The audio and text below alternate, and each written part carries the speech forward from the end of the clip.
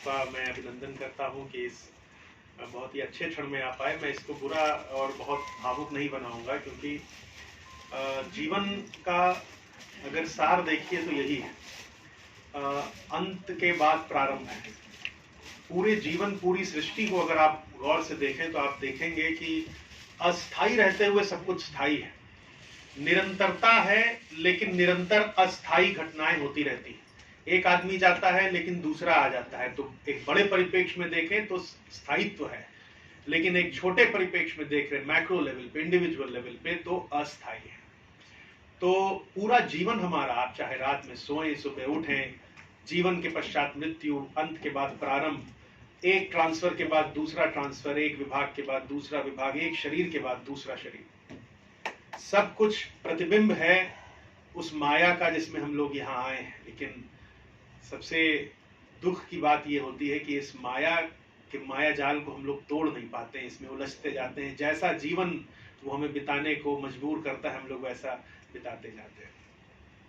तो इसलिए मैं तो इसको एक क्षण ऐसा मानता हूं कि हर उस क्षण की तरह है, हर उस सुबह की तरह है, हर उस शाम की तरह, जब आप सोते हैं पुनः प्रारंभ करते हैं, लेकिन सब कुछ करते हैं अपनी खोज के सिवा। अपनी खोज, आपकी आत्मा की खोज, आपके जीवन का उद्देश्य क्या है, ये खोजने में असमर्थ हो जाते हैं और बहुत कुछ हम लोग कर लेते हैं बिना कुछ किए।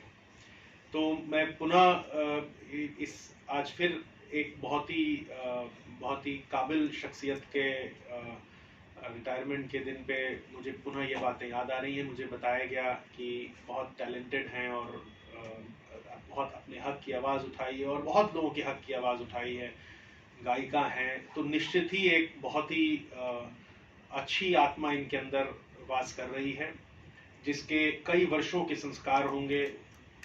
ये इतने सारे गुणों का प्रस्फुटन रातों रात नहीं होता है, यह एक जीवन काल में संभवतः होना संभव नहीं है। तो मैं उस आत्मा के प्रति भी अपनी श्रद्धा अर्पित करते हुए, क्योंकि पोस्ट अपनी जगह है, सीनियर जूनियर तो बहुत छोटी सी बात है, हम लोग नमस्ते करते हैं तो एक दूसरे के अंदर के ब्रह्म को नमन करते हैं। तो मैं आपको नमन करता हूँ और ये जरूर कहना चाहता हूँ कि जैसे मैंने कहा, अंतः अस्ति प्रारंभ, अंत के बाद प्रारंभ है। आपने कहा भी कि आप फिर कुछ प्रारंभ करना चाहती हैं, एक नया जीवन का अध्याय लिखना चाहती हैं, तो मेरी शुभकामनाएं उस नए प्रारंभ के लिए आपको, आपके साथ हैं।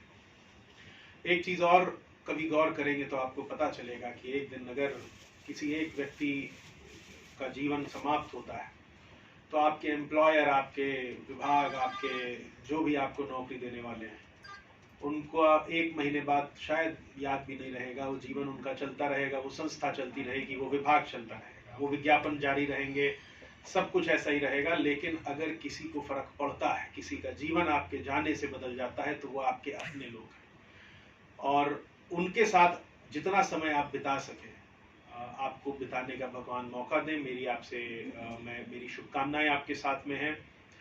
और चूंकि थोड़ा आध्यात्मिक रुझान मेरा रहा है, तो मैं मुझे नहीं मालूम, ज़रूरी नहीं है कि मेरा हो तो सबका भी हो, लेकिन मैं तो बहुत बेसब्री से इंतज़ार करता हूँ रिटायरमेंट के दिन का। हालांकि ज़रूरी नहीं है कि उसका इंतज़ार किया जाए, लेकिन कहते हैं कि ब्रह्म सूत्र जो लिखे गए हैं उसमें पहला जो वाक्य है वो शुरू होता है अथातो ब्रह्म जिज्ञासा। इसका मतलब है कि अब ब्रह्म की जिज्ञासा शुरू। तो अब उसको कोई पढ़े तो ये सोचे कि इसके पहले कुछ हुआ होगा, तब तो अब ब्रह्म की जिज्ञासा, अभी तक कुछ और था। तो आप खोजें तो लगेगा कि लगता है इसके पेज गायब है, पन्ने फट गए हैं, नहीं है, अधूरी किताब है, लेकिन ऐसा बिल्कुल भी नहीं है। वो वहीं से शुरू होती है जब आप पूरी दुनिया भौतिक सुख देख के आएंगे, तभी आपके अंदर वो जिज्ञासा आएगी। और जब आप प्रारंभ करेंगे तो वो लेखक मान के चल रहा है, जो ऋषि महर्षि थे, कि आप अब आए हैं घूम के पूरी दुनिया और अब अपनी खोज प्रारंभ करने के लिए आए हैं, तो आपका स्वागत है। और पहला वाक्य आपका स्वागत करता है कि अब ब्रह्म की जिज्ञासा शुरू। और ब्रह्म कुछ नहीं, आपकी अपनी खोज शुरू। आप आए क्यों हैं?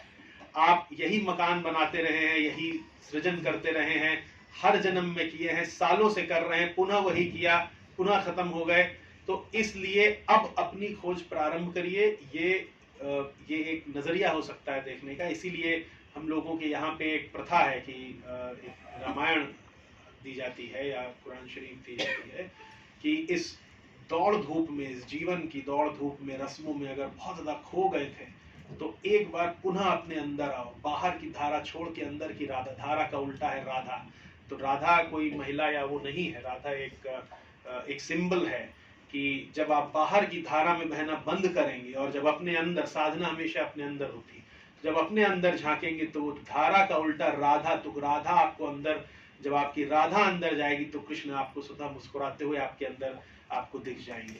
तो इस वजह से रामायण देने की प्रथा है। तो मैं, हालांकि मेरे खुद के पिताजी रिटायरमेंट के बाद में भी इतना काम के प्रति इतना डेडिकेटेड रहते हैं, तो ये मैं आप पे छोड़ता हूँ कि आप किस दिशा में अपने जीवन को आगे बढ़ाएं। जो भी करेंगे निश्चित ही आप बहुत समझदार और बहुत अच्छे से आप उसको अंजाम देंगी, ऐसा मुझे पूरा विश्वास है।